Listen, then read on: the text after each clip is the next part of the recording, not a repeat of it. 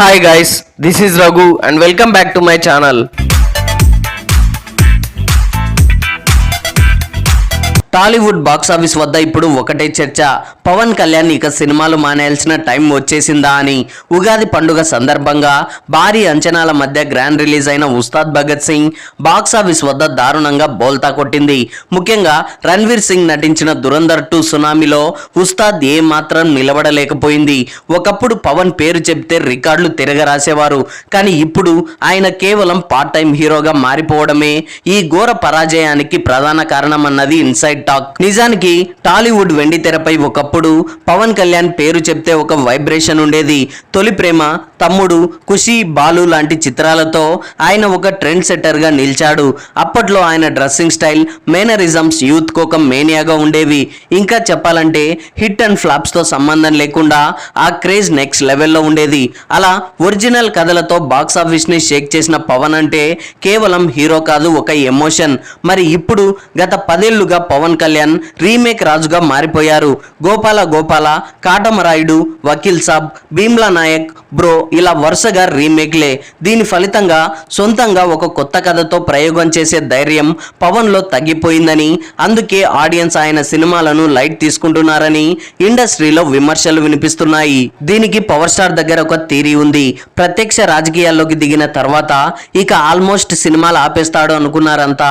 సినిమాలు ఆపేస్తాను అనడంతో ఫ్యాన్స్ కూడా తెగ హడావిడి చేశారు. అక్కడితో ఆపేసుంటే బెటర్. బట్ సడన్ గా యూటర్న్ తీసుకొని సినిమాల్లోకి గ్రాండ్ రీఎంట్రీ ఇచ్చాడు.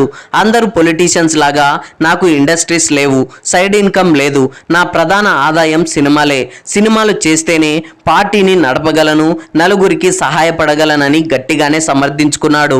కట్ చేస్తే పెద్దగా కష్టపడకుండా వరుస రీమేక్ సినిమాలను ఎంచుకుంటూ పట్టుమని 40 రోజుల కాల్ షీట్స్ తో హడావిడిగా ముగించేసి ప్రేక్షకులపైకి వదులుతారు. ఇక వాటి రిజల్ట్ ఏంటనేది రీసెంట్ టైమ్స్ లో మనం చూస్తూనే ఉన్నాం. యాక్చువల్ గా పవన్ కళ్యాణ్ కు 24 క్రాఫ్ట్స్ పైన మంచి పట్టుంది. అప్పట్లో ఒక్కో సినిమాకు ప్రాణం పెట్టేవారు. ఫైట్స్ దగ్గర నుండి సాంగ్స్ వరకు ప్రతిదీ పర్ఫెక్ట్ గా ఉండాలని పట్టుబట్టేవారు. అందుకే ఆ సినిమాల్లోని యాక్షన్ సీక్వెన్సెస్, సాంగ్స్ ఇప్పటికీ క్లాసికల్ గా నిలిచాయి. అయితే ఇప్పుడు రాజకీయాల్లో బిజీ అవ్వడం, పైగా ఇప్పుడు డిప్యూటీ సీఎం గా కూడా బాధ్యతలు నిర్వహిస్తుండడంతో ఉస్తాద్ భగత్ సింగ్ కి కూడా అరకొర డేట్స్ తో సరిపెట్టేశారు. దీని ప్రభావం సినిమాపై ఎంతలా ఉందంటే ఉస్తాద్ లో పవన్ లుక్స్ చూస్తే ఆయన ఎంతలా అలసిపోయి ఉన్నారో స్పష్టంగా అర్థమవుతుంది. ఏదో హడావిడిగా షూటింగ్ పూర్తి చేసి నాసి రకం గ్రాఫిక్స్, రొటీన్ మాస్ ఎలివేషన్లతో సినిమాను చుట్టేశారు. దీంతో దురంధర్ 2లోని ఇంటర్నేషనల్ స్టాండర్డ్స్ ముందు ఉస్తాద్లోని పాతకాలపు ఫైట్లు కామన్ ఆడియన్స్ కు విసుగు పుట్టిస్తున్నాయన్నది అక్షర సత్యం. ఇక లాస్ట్ ఇయర్ విడుదలైన హరిహర విరమల గురించి ఎంత తక్కువ మాట్లాడుకుంటే అంత మంచిది.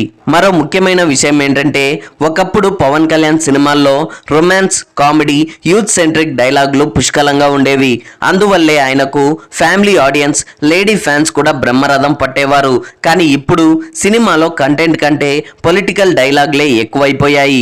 ఉస్తాద్లో ప్రతి సీన్ ఒక రాజకీయ ప్రసంగంలా అనిపిస్తోందని సగటు సినిమా ప్రేక్షకుడు పెదవి విరుస్తున్నాడు.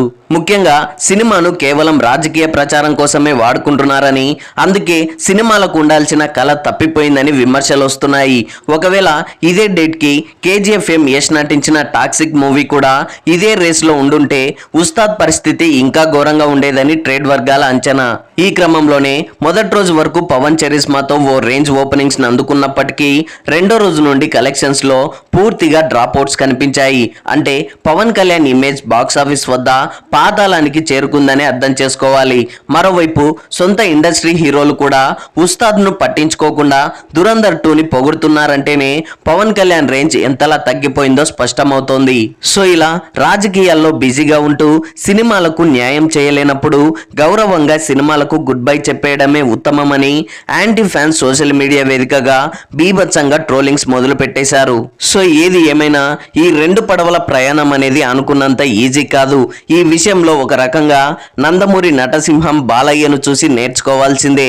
చిరంజీవి, రజనీకాంత్ లాంటి మహామహులే ఈ విషయంలో చేతులెత్తేశారు. అలాంటిది బాలయ్య ఓ వైపు రాజకీయాల్లో బిజీగా ఉంటూనే అట్ ఏ టైం చాలా బ్యాలెన్స్డ్ గా సినిమాలను కూడా టేకప్ చేస్తూ 2 రంగాల్లోనూ హ్యాట్రిక్ విజయాలను అందుకోవడం అనేది మామూలు విషయం కాదు. సో ఆ విషయంలో బాలయ్య చాలా గ్రేట్ అనే చెప్పొచ్చు. కెరియర్ స్టార్టింగ్ నుండి కూడా విభిన్నమైన కథలను ఎంచుకుంటూ డైరెక్టర్స్కి పూర్తి స్వేచ్ఛనిస్తూ కథలో వేలు పెట్టకుండా ఓ కమిట్మెంట్తో సినిమాలను పూర్తి చేస్తారు. That is Balayya. So Balayya అంటేనే క్రమశిక్షణ, నిబద్ధత.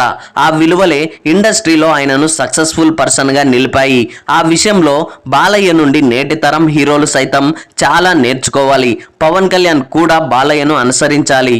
So whatever, Ustaad Bhagat Singh ఇచ్చిన షాక్తో పవన్ తన కెరీర్ పై ఒక కఠిన నిర్ణయానికి వస్తారో లేక నేలకు కొట్టిన బంతిలా సురేందర్ రెడ్డి మూవీతో మళ్ళీ బౌన్స్ బ్యాక్ అవుతారో వేచి చూడాలి. So that's all guys.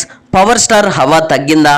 అసలు ఉస్తాద్ భగత్ సింగ్ ఫెయిల్యూర్ పై మీరేమనుకుంటున్నారు అనేది కింద కామెంట్స్లో తెలియజేయండి. ఐ హోప్ ఈ రివ్యూ మీకు నచ్చింది అనుకుంటున్నాను. ఈ రివ్యూ మీకు నచ్చినట్లయితే వీడియోని లైక్, కామెంట్, షేర్ చేసి నా ఛానల్ని సబ్స్క్రైబ్ చేసుకోవడం మర్చిపోకండి. Thanks for watching.